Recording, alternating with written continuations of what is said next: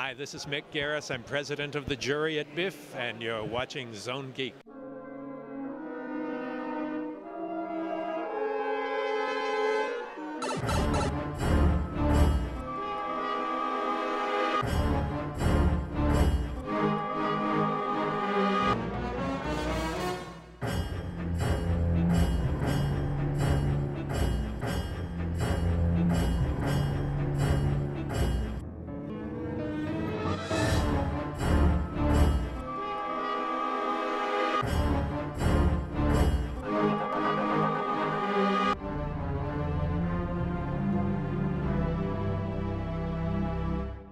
Nous arrivons bientôt à la fin du BIFF, malheureusement. Et oui, encore une demi-journée à moitié. Alors aujourd'hui, comme d'habitude, critique des films du jour et aussi une interview de Mick Garris, le président du jury. Comme film, il y a eu L'Arrivero di Wang, un film italien assez intéressant, il faut avouer, même si un peu trop prévisible à mon goût, un petit peu lent. Mais il était pas si mal, franchement, surtout pour un film qui a probablement eu un très faible budget. L'intrigue principale était sympa, que je ne peux absolument pas révéler, parce que si j'en dis quoi que ce soit, je le spoil entièrement. Donc, allez, moi je lui donne son 6 sur 10, mais je le conseille quand même, étrangement. Le dernier film, The Flying Sword of Dragon Gate, un film de Tsuark, fameux réalisateur qui avait fait l'année passée l'extraordinaire Détective D. Enfin, toi qui n'as pas fait que ça, vous connaissez certainement Tsuark. Et ce film-là, qui était un deuxième film avec Jet Li, qui était beaucoup mieux que le premier que j'ai vu, mais il était quand même pas génial d'un point de vue purement action. Bien que c'était du wire-fu et des images synthèses, il était franchement bien foutu, vraiment très bien fait. Les scènes d'action étaient quand même très sympas, mais l'histoire était basique et confuse à la fois, si ça tient la route. Et je lui donne son 7 sur 10 parce que quand même on peut apprécier le spectacle, mais c'est pas un film très profond non plus, loin de là. Le président du jury du BIFF cette année, j'ai nommé Monsieur Mick Garris. Here we are with Mick Garris. Hello, Mick Garris. It's an honor to see you here in Zone Geek. What are you doing here? Well, there are two reasons I'm here. We showed Bag of Bones, the new Stephen King miniseries that I made, and I'm the president of the jury, so it's a heavy responsibility. So you're here every day? Every day, yeah.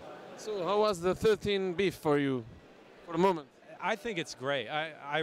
This is my third time, and I haven't been here in 6 or 7 years, and I'm having maybe the best time of all. It's really great. It's one of the few film festivals where I've actually made close personal friends with people from here and people I've met here. It's great. Can you please introduce a little bit your movie, Bag of Bones? Yeah, it's a two-part miniseries that we made for television based on one of my favorite Stephen King books.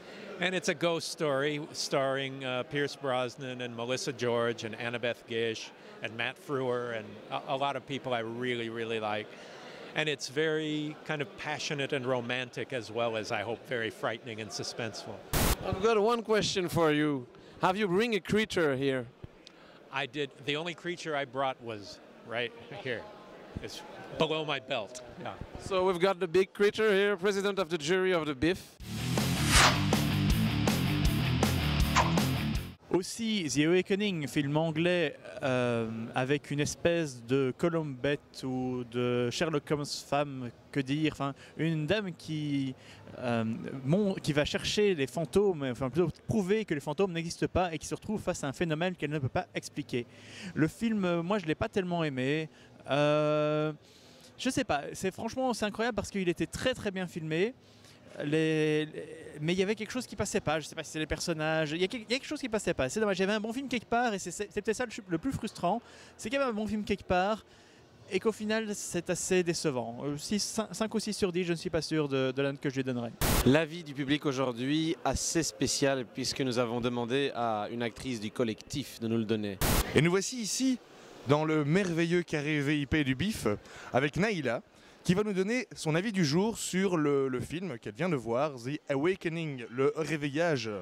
Qu'est-ce que tu as pensé de ce film? Alors en fait, c'était un petit peu difficile de regarder le film parce que le public du BIFF était super déchaîné sur celui-là en particulier. Non.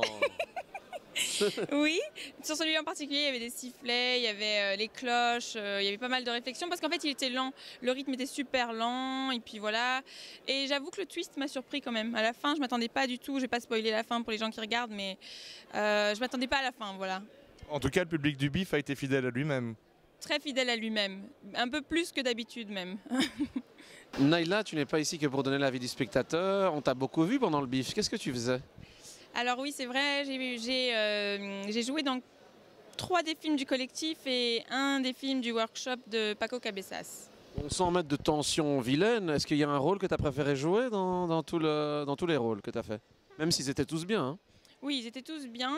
Je n'ose pas trop répondre à cette question, mais bon, en fait, celui de Katia Olivier dans Belgian Psycho m'a permis de jouer une serial killeuse un peu tarée, et celui d'Olivier m'a appris beaucoup de choses au niveau action. J'ai appris beaucoup de choses avec les cascadeurs qui étaient là. Et donc il te reste à faire un film qui mélangerait de la psychose et de l'action. Ah, c'est une super idée ça. On peut demander ça à Tarantino? Tu serais d'accord? Je vais lui envoyer sur son adresse mail perso quentintarantino@hotmail.com.